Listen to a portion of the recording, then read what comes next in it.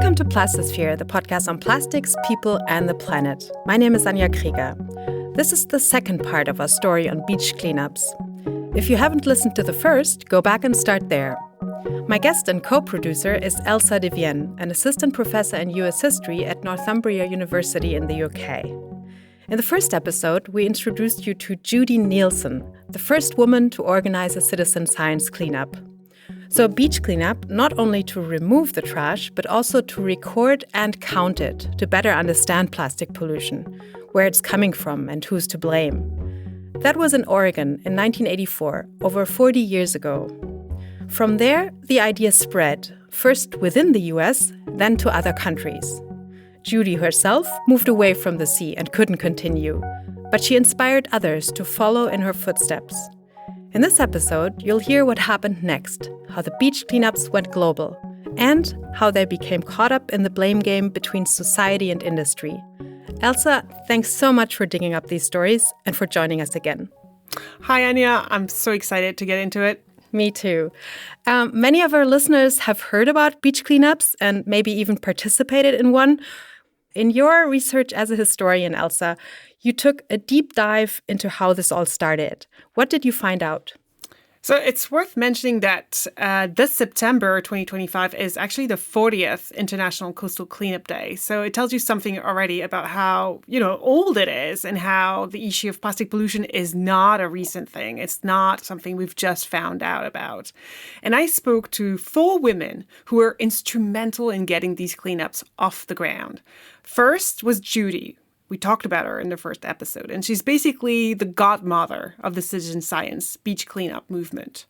But I also spoke to 2 other women, Cindy Zipf from New Jersey, she's the founder of Clean Ocean Action, and Kathy O'Hara, who's a marine biologist. But I don't really have good audio recordings of them. So today, what I brought with me is my interview with Linda Maranis. She's another key person in the story of the cleanups, who one day had this revelation that changed her life and fueled her activism. So Linda Maranis is 75 today, and back in the 80s, she worked for an environmental organization called the Center for Environmental Education, based in DC, but it was eventually renamed Ocean Conservancy. And in 1986, unfortunately, her husband had to relocate the entire family to Texas for a job. He was a journalist and he got a job there at the newspaper. And that's where Linda's story begins. I had to say goodbye to everybody. I said goodbye to my boss. And he said, maybe you can do something from your house. And in those days, people didn't work from their house. That was in the 80s, right? And so the event was my husband was doing a story on the Texas coast where birds were getting killed flying into wires. Anyway, I went along with him, and it was my first visit, our first visit ever to the Texas coast. And I was excited to be there because I love the ocean so much. We went to the Padre Island National Seashore, drove. And as we drove onto the beach, I said to David, I think we made a wrong turn. I don't think this is a beach. I think this is a landfill or this is a dump or something. And then I sat in the car and I just started to cry because I'd never seen buckets and light bulbs and ketchup bottles and egg cartons. And I said, well, this isn't a beach. And so that was exactly the moment when I knew we had to do a beach cleanup. Yeah, so that's this moment, this shocking discovery that really changes Linda's experience in Texas and really the story behind plastic pollution. She sees this completely disgusting, polluted beach. And here I should mention the fact that she talks about ketchup bottles and egg cartons, but these are not the kinds of litter left behind by picnickers, by, people on the beach. This is galley waste, what we call galley waste, which is usually the trash that comes out of kitchen boats, like kitchens that are on boats. And so at the time, people would just, prepare food for the crew, or on oil platform, they would also do the same, and they would just dump the trash bag into the ocean. And that's how you had ketchup bottles and egg cartons. But we'll talk more about this in a minute. What really is important here is that when Linda sees that horribly polluted beach, she immediately thinks of a report on marine debris that she's read recently, written by a colleague of hers named Kathy O'Hara. And this report was for the Environmental Protection Agency. It was titled Plastics in the Ocean, More Than a Litter Problem. And that report identified plastics as the number one debris in the ocean, a major hazard for marine life, but also a huge source of problem for tourism in particular, with beaches like the one Linda saw becoming flooded with tons and tons of plastic trash. And so Linda knew she had just witnessed what Kathy had talked about in the report. And that's when she decided to organize a beach cleanup, which was quite a task. But, she soon got a lot of help from lots of people. I think 16 zone captains that were volunteers, and they were from the tip of Texas all the way up the coast. 16 of them were responsible for the sign-in area.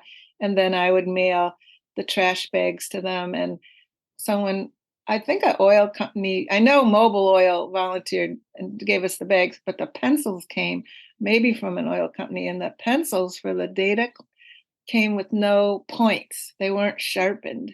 So we had to sharpen, 1,000 pencils to get them mailed out along the coast. Yeah, Mobil Oil, huge plastic producers. And I thought, well, did it matter to Linda? Did it cause, feeling of a conflict of interest? So I asked her. Since you mentioned Mobil and other plastic and oil companies, were you concerned about the involvement of the petroleum and plastic industries in the cleanup, or was it just part of the game? Yeah, I felt that was definitely, they were the polluters in many, many, many ways. And we needed trash bags, and we were a nonprofit. So I maybe made an agreement with a group that was one of the polluters, and they wanted their name on the bags. And I know some staff were not happy about that up in DC. And I felt I understood the conflict. Yeah, that's where it does start to feel a little like greenwashing, right? Yeah, it's a complex question because, Linda and her team quite simply needed those supplies. She was essentially doing a volunteer job at this point. And she just needed bags to collect the trash and pencils to document each item on the data cards. And who better ask than the polluters? They had an interest in showing that they cared. So the women involved in the story actually very actively sought the industry.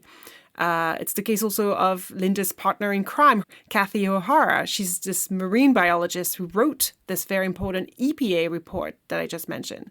She's the one who had the scientific skills. She's the one who improved on the data cards that existed that listed all the items one could find by alphabetical order and by type of material. So, all these data cards, they need to be printed. And those volunteers need pencils to tick, every time they pick up a bottle of plastic, they have to tick that on the data card.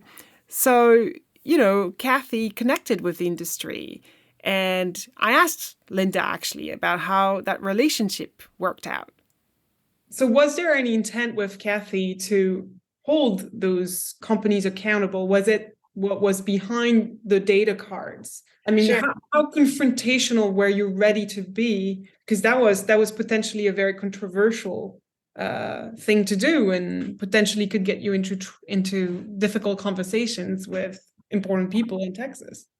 Oh, I see. Well, the Texas General Land Office had a director, and he just loved the cleanup. He was totally taken by the idea, wanted to be part of it, use the private plane so he could fly to the beach cleanups and attend them and do press conferences. So that was a Texas official, Texas General Land Office. And I don't know all of his jurisdiction, but it was Coast and Oil. So we had him on our side always. We had to work with the Coast Guard. We had to work with the Navy because the Navy was dumping. So I think we were proud of our data, proud. And the Navy said to us, well, that's where we work. That's what we love. We would never pollute the oceans. Well, that wasn't true. So by not being that confrontational, maybe, but having data, we could say, what if you don't bring all the uniforms in those bags and they don't go overboard?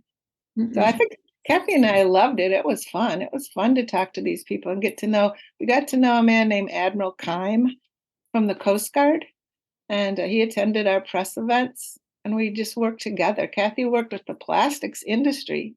I went to a few meetings, but she really had a relationship with the plastics industry. It must have had a title. So she was directly working with them. So it was Kathy who worked more closely with them. I think you also spoke to her as well. Did you ask her about how that cooperation between industry and beach cleaners actually looked like? Yeah, I talked to Kathy. I don't have the recordings, unfortunately. And I tried to re-record, but she was sailing to the Bahamas with her husband. Think of Kathy as someone who's always by the ocean, who's always out there helping turtles nest or like literally swimming with dolphins and on a boat. So she's very hard to reach, you know. But from the notes I took while we chatted with Kathy, what really struck me is that she believed at the time that it was important to talk with producers, that they needed to be confronted with the problem. She remembers in particular one day where she was driving with some plastic representatives, taking them to beaches and showing them that there were plastic pellets all over the beach on the sand. You know, plastic pellets are the raw material of plastics, and they were everywhere in Texas, probably leaking from a plastic plant. And she remembers that she went back into the car and the plastic representatives went back into their cars and they followed her. But at one point, she saw them stop at a different beach. And they told her later that they wanted to check if she had planted the pellets. But they saw that it wasn't just at the beach that they had visited together. It was everywhere.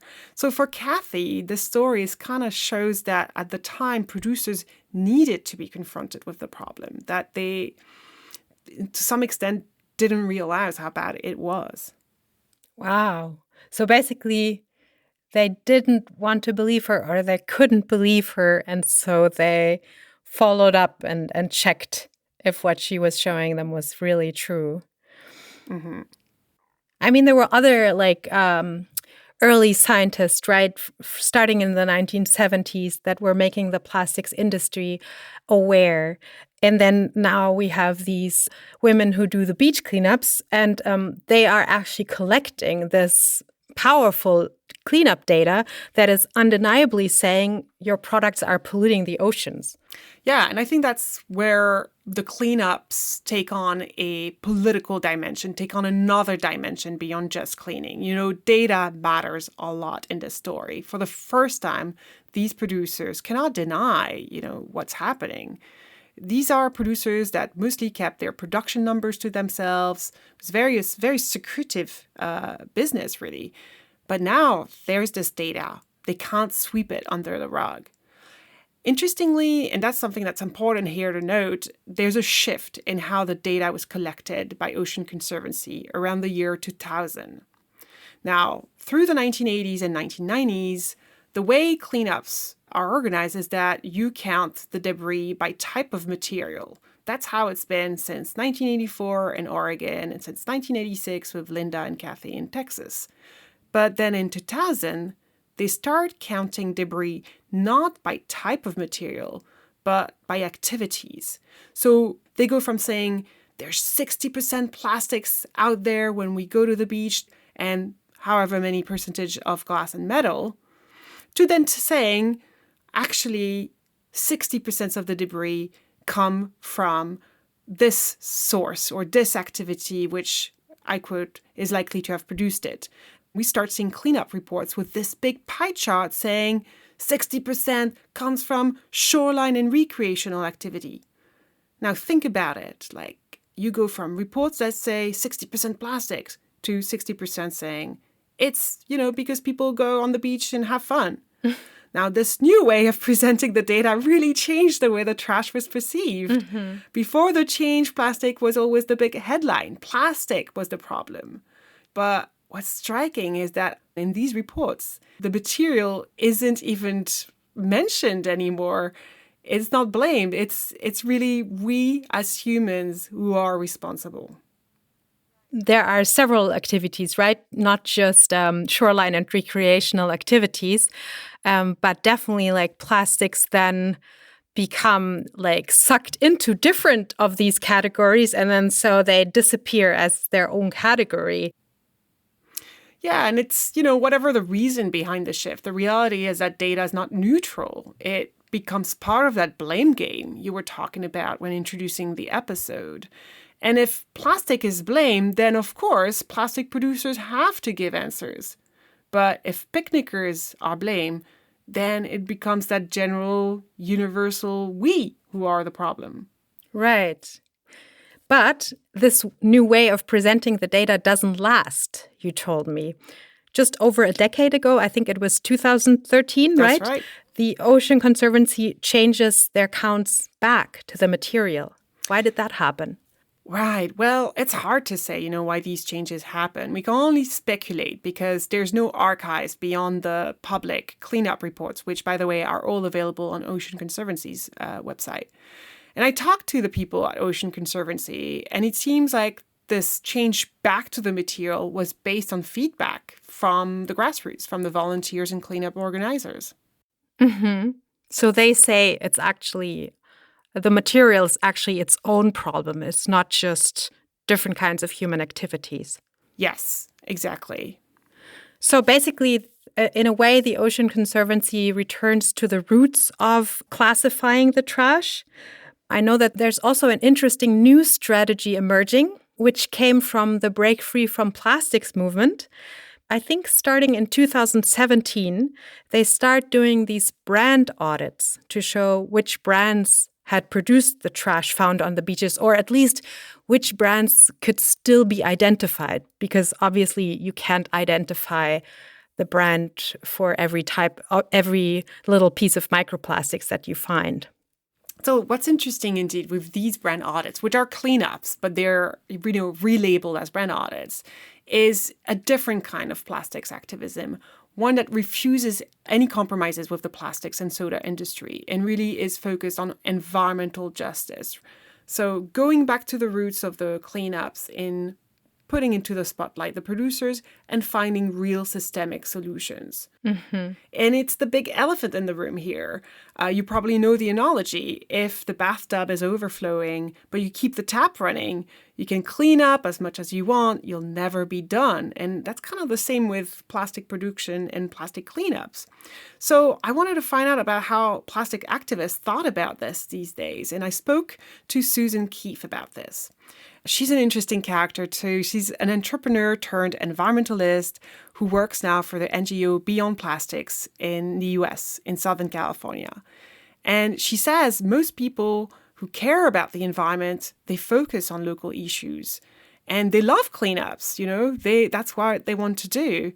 It's a feel-good activity, right? It feels good to be doing something to, I hate to say this, combat plastic pollution.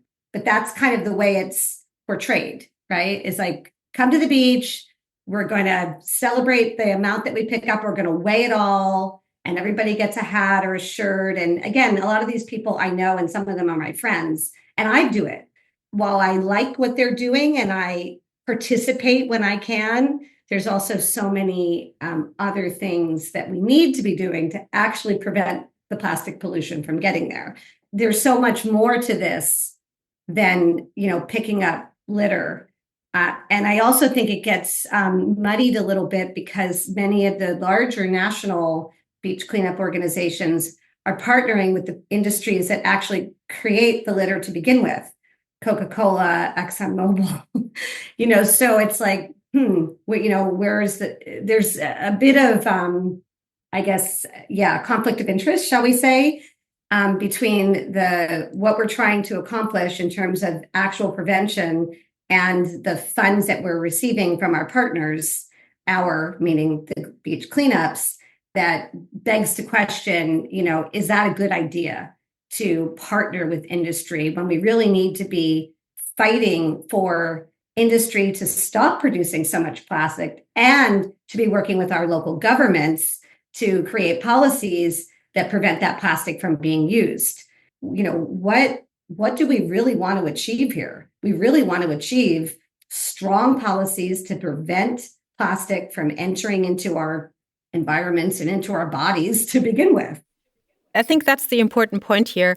We first and foremost have to tackle the pollution at the source, and that is how much plastic is produced and used.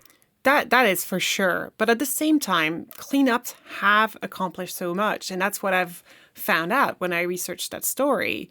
In the 80s, those cleanups, those organizers, they got so much that changed after they started showing up with their data. The ocean dumping ban was enforced because of all their efforts. They annexed 5 of the MARPOL Treaty that bans plastic from being dumped at sea. They got major changes to happen in the boating, fishing, and cruising industries. They also cultivated what you could call a form of environmental citizenship, environmental knowledge among millions of volunteers. Mm-hmm. So that's not nothing. And then there's the data, of course, which scientists have used to understand better how this litter moves from one place to another. There's 40 years of data now, millions of items that have been cataloged. So it's really an impressive amount of data. But of course, we know now, you can keep on accumulating the data, but you got to do something. And yeah, cleanups have their downsides. Just like Susan says, if I see litter and if I remove it, then I'm making a statement. I'm the one responsible for that litter. Beyond Plastics, the organization says that we shouldn't feel responsible because we really aren't. I mean, if I go to a supermarket, I have no choice if I want to feed myself but to bring home a lot of plastics. And there really are organizers out there trying to make this point. Susan told me about this very interesting project in Spain. I think it was in the Canary Islands, where there's a group that's holding events that look like beach cleanups, but really aren't. So Lanzarote has a collection of artists, and it's a group called Papacria. One of the really interesting things that they do is they work with school children, and they take them to the beaches. And these children are instructed to photograph all of the waste, but they are not allowed to pick it up. They're not allowed to touch it. This is just for the purpose of documentation. And I mean, the kids are like, but I can't just leave it there. It's going to end up in a fish or a turtle, or no, we're just going to document it. And so they're left with this incredibly uncomfortable feeling, as well as the adults and the teachers that kind of go along with, the artists from Papacria. And it's so impactful because then they can go back and have a conversation about how did it get there in the first place? And so it switches the focus from picking it up and doing that, endorphin-filled feel-good activity to how do we really focus on prevention?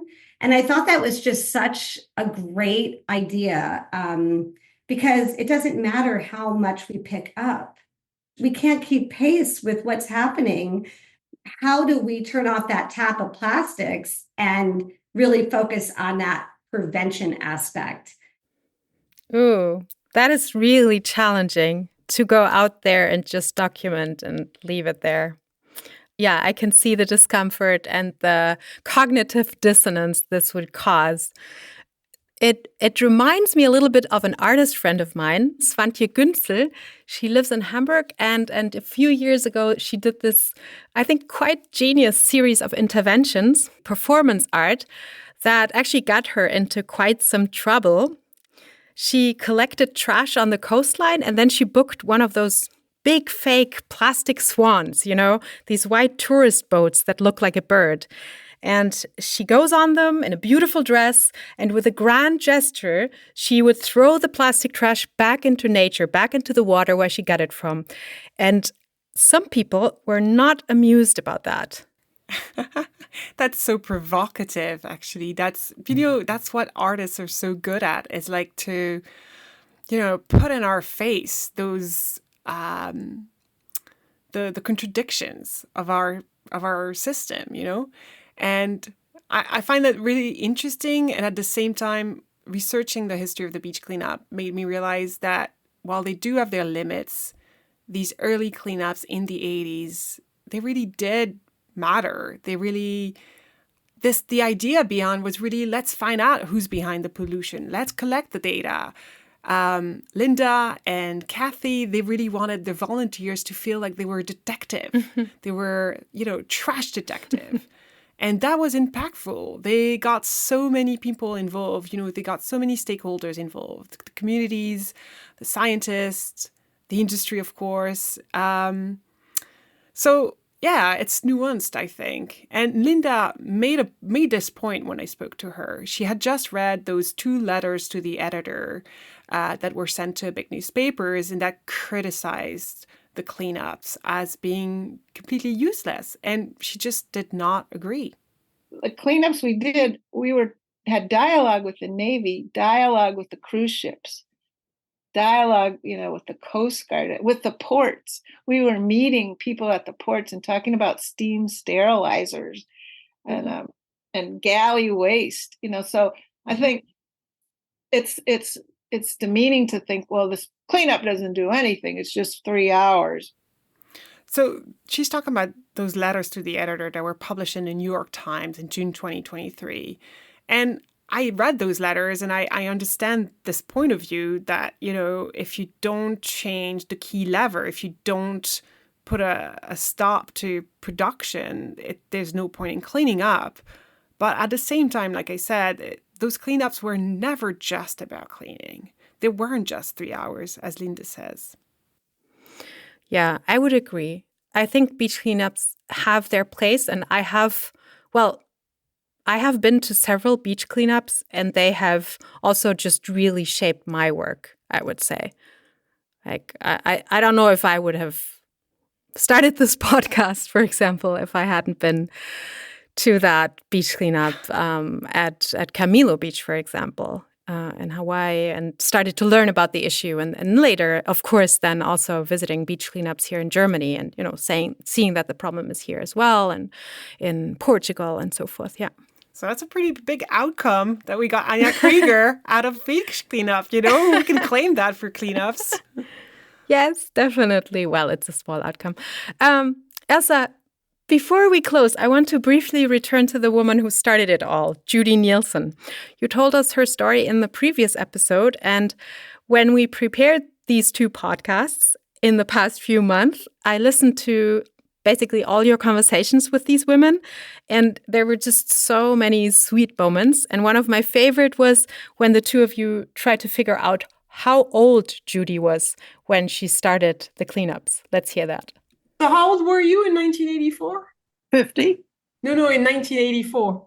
52, I think, when I left, went to Indiana. But in 1984, when you did the first cleanup, I would have been 48? No. Let's see. No, because I would have been 52 because I was born in 37. You were born in 7. I don't know. I'm not a mathematicician. Please don't. God. We're in trouble. We're in trouble because I'm not a mathematician either. 47, 57. 7. You were 47. Okay. You're 47. I didn't realize you were already like, you were not like because the other women there were more like in their early 30s, but you had some experience behind you when you organized it. I guess you benefited from that experience, having worked in different positions, I guess. Yeah, because I had worked at the Oregon Environmental Council for 5 years, and that I'm as a volunteer, no pay. And I'd work 40, 50 hours a week because I just loved it. And I mean, we were involved in all kinds of things. But working with all those people all the time, it really raises your awareness about what's going on. And really that was what gave me the knowledge to know how to put together the cleanup, getting people from all kinds of different organizations together and getting ideas and figuring out how to divide the coast into 14 zones and how to find zone captains. when you reflect back on what you did, like what do you think? I don't know how I did it. I mean, it was a big job, and it wasn't part of my job.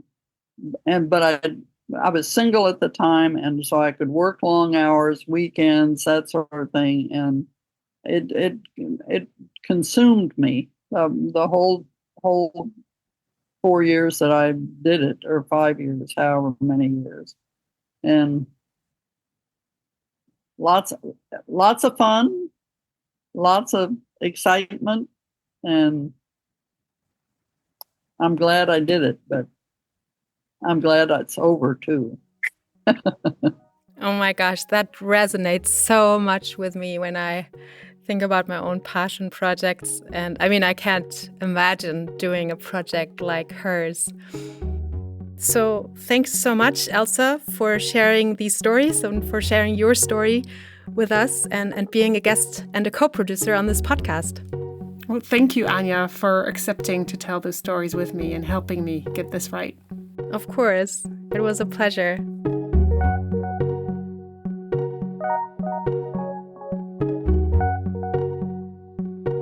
This was Plastisphere, the podcast on plastics, people, and the planet, with a 2-part deep dive into the history of the beach cleanup.